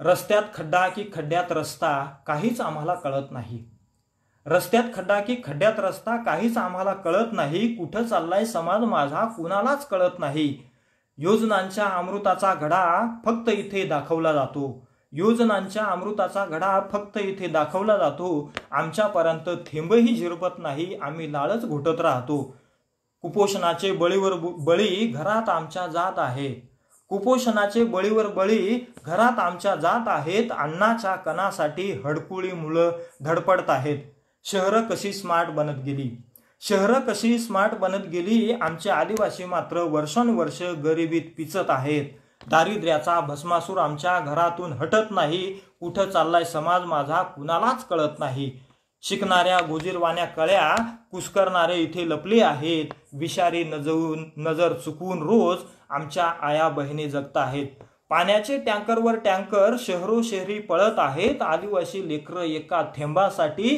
उन्हातानात तडफडत आहेत, पांट सारून चोखळायला हवी संकटाच्या धुक्यातून नवी वाट नवी, पांट सारून चोखळायला हवी वाट संकटाच्या धुक्यातून नवी वाट शोधायला हवी, इथं येणार नाही कुणी, वाट आता शोधायलाच हवी, आता इथं येणार नाही कुणी, घाव घातल्याशिवाय दगडाला इथल्या पाझर कधी फुटणार नाही, घाव घातल्याशिवाय दगडाला इथे पाझर कधी फुटणार नाही, अभ्यास आणि लेखणी झिजवल्याशिवाय समाज आपला घडणार नाही, या अंधकाराच्या पुरासंगे आपण वाहून तर गेलो नाही, या अंधकाराच्या पुरासंगे आपण वाहून तर गेलो नाही, कुठं चाललाय समाज माझा कुणालाच काही कळत नाही, शोषण अन्याय दारिद्र्य उपासमार पाचवीला आमच्या पुजली आहेत, शोषण अन्याय दारिद्र्य उपासमार पाचवीला आमच्या पुजली आहेत, लटकलेल्या भ्रष्ट गोचड्या रक्त पिऊन सुस्त आहेत, मुडेन पण वाकणार नाही हा धर्म निसर्गाने शिकवला, रक्ताच्या थेंबा थेंबांनी जंगलात आम्ही सुखाचा मळा फिरवला, बेकारीचा वळू हिंस्र होऊन गावोगावी फिरतो आहे, पोटाच्या खळगीसाठी तरुण इथे उंबरठे झिजवतो आहे, तू रडू नको तू पडू नको पुढे पुढे चालत राहा, निरखून पाहण्याची स्वतःला सवय लावून घ्या, कुठं चाललाय समाज आपला आरशात एकदा पाहून या, कुठं चाललाय समाज आपला आरशात एकदा पाहून या, आता नव समाज घडवायला लेखण्या जरा घासून घ्या, कळतंय पण वळत नाही, कळतंय पण वळत नाही, दिसतंय पण पाहत नाही, कुठं चाललाय समाज माझा कुणालाच काही कळत नाही. जनावरा समान समजून आम्हाला लालूच नेहमी दाखवली जाते. वर्षांवर्षेची ती आशा निराशा स्वप्नांमध्येच वाळून जाते. जंगलाचा राजा आज जंगलातून हद्दपार होतोय. दुष्ट विचारांच्या रोलर खाली आदिवासी चिरडला जातोय. गावोगावी माझा बांधव नशेमध्ये धुंद आहे. त्या नशेला शोषण, दारिद्र्य, अपमानाचा थोडा गंध आहे. माशासारखा सैरावैरा आदिवासी इथला पळतो आहे. स्वार्थी बगळा ठेवून डोळा एकेकास गिळतो आहे. शोषणारे किडे इथल्या भिंतींना चिकटले आहेत. बकरा समजून माणसाला दिवसा ढवळ्या कापत आहेत. अरे दगडातल्याही देवाला ह्या दया कशी आमची येत नाही. अरे दगडातल्याही देवाला ह्या दया कशी आमची येत नाही. कुठं चाललाय समाज आमचा कुणालाही कळत नाही. आपलं सोडून भलत्याच्या पळतो आहोत पाठीमाग. कधी पुढे कधी मागे पडत उठत, कधी चालतो होऊन नंगे. जनावरासारखा रोजच लिलाव होतो आहे इथे आदिवासींचा. धुंद नजरांमध्ये श्वास गुजमरतोय इथल्या फुलं कळ्या पाकळ्यांचा. एकाला घेऊन डोक्यावर खांद्यावर लेकरास दिलंय लाथाडून. एकाला घेऊन डोक्यावर खांद्यावर लेकरास दिलंय लाथाडून. आपलाच धर्म जगतो आहे करंडीमध्ये श्वास रोखून. इथल्याच व्यवस्थेने ठेवलं आहे तुला साखळ दंडानं घट्ट बांधून. डोक्यावर पाय ठेवून आपल्या जातायत भलतेच इथं नांदून. रोजच शिकार होते आमच्या आया आणि बहिणींची. किड्यावानी गत झाली पहा आपल्या आदिवासी माणसांची. काय चाललंय काय घडतंय कोणालाच कशाचं देणं घेणं नाही. एक पात्री घेतल्याशिवाय आवाज आमचा निघत नाही. सोडा आता हे सारं, सोडा आता हे सारं. बुडत्यास इथे काठीचा आधार नाही. तुम्ही आम्ही जिजू बुद्धी आणि लेखण्या, त्याशिवाय जाग येणार नाही. तुम्ही आम्ही जिजू बुद्धी आणि लेखण्या, त्याशिवाय जाग येणार नाही. त्याशिवाय जाग येणार नाही. धन्यवाद. मी आपणासमोर आदरणीय डॉक्टर डाखोरे सर यांच्या विनंतीवरून आपल्यासमोर आदिवासी कवितेतील जीवन दर्शन या कवितेवर मी माझे तोडक्या मोडक्या शब्दांमध्ये विचार प्रकट केले. जाताना मी सगळ्या आदिवासी बांधवांचे, आदरणीय डॉक्टर डाखोरे सरांचे, या सगळ्या मित्र मंडळींचे, बंधू भगिनींचे सगळ्यांचे मी शतशः आभार मानतो, मनपूर्वक आभार मानतो. आणि जाता जाता आभाराचे भार कशाला, विविध रंगी फुलांचे हार कशाला, आभारांचे भार कशाला, विविध रंगी फुलांचे हार कशाला. एकमेकांच्या हृदयातच बांधू घर, त्या घराला दार कशाला, त्या घराला दार कशाला. जय आदिवासी.